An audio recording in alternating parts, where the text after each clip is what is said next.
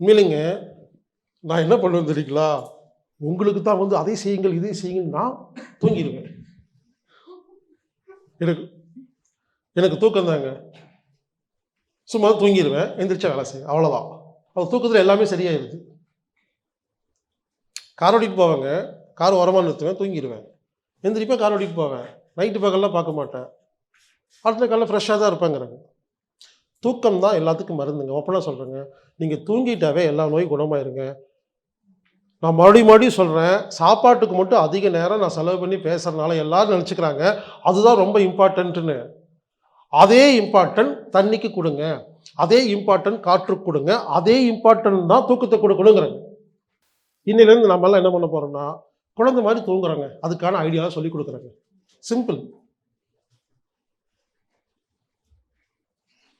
ஒரு நாளைக்கு ஒரு மனிதன் எவ்வளோ நேரம் தூங்கணும் அப்படின்னு கேட்டால் எல்லாரும் சொல்கிறாங்க 8 மணி நேரம், 6 மணி நேரம் இப்படி சொல்கிறாங்க இல்லைங்களா? ஆக்சுவலாக அப்படி ஒரு கணக்கு இல்லைன்னு புரிஞ்சுக்குங்க. ஒருத்தர் 8 மணி நேரம் மயக்கத்தில் இருக்கிறாரு, அரகிற தூக்கத்தில், இது பிரயோஜனம் இல்லை. ஒருத்தர் 2 மணி நேரங்க டீப் ஸ்லீப் போயிட்டு வராருங்க, இவர் நல்லா இருப்பாருங்க. எவ்வளோ நேரம்னு முக்கியம் இல்லை, எவ்வளோ வீரியம் ஆழ்ந்து டீப்புங்கிறதா முக்கியம். ஒருத்தர் நாள் ஃபுல்லாக பிஸ்னஸ் பண்ணுறாருங்க, 1000 ரூபாய் சம்பாதிக்கிறாருங்க. ஒருத்தர் வாரத்துக்கு ஒரு நாள் 10 லட்சம் சம்பாதிக்கிறாரு. நீங்கள் உங்களுக்கு எது பிடிக்கும்? அப்போ எது சம்பாதிக்கணும் அதுதானங்க முக்கியம். அப்போ டீப்பாக தூங்குனீங்கன்னா இம்பார்ட்டண்ட்டுங்க. அதனால் நீங்கள் புரிஞ்சுக்குங்க, ஒரு நாளைக்கு எவ்வளோ நேரம் தூங்கணுங்கிறது கணக்கில்லை.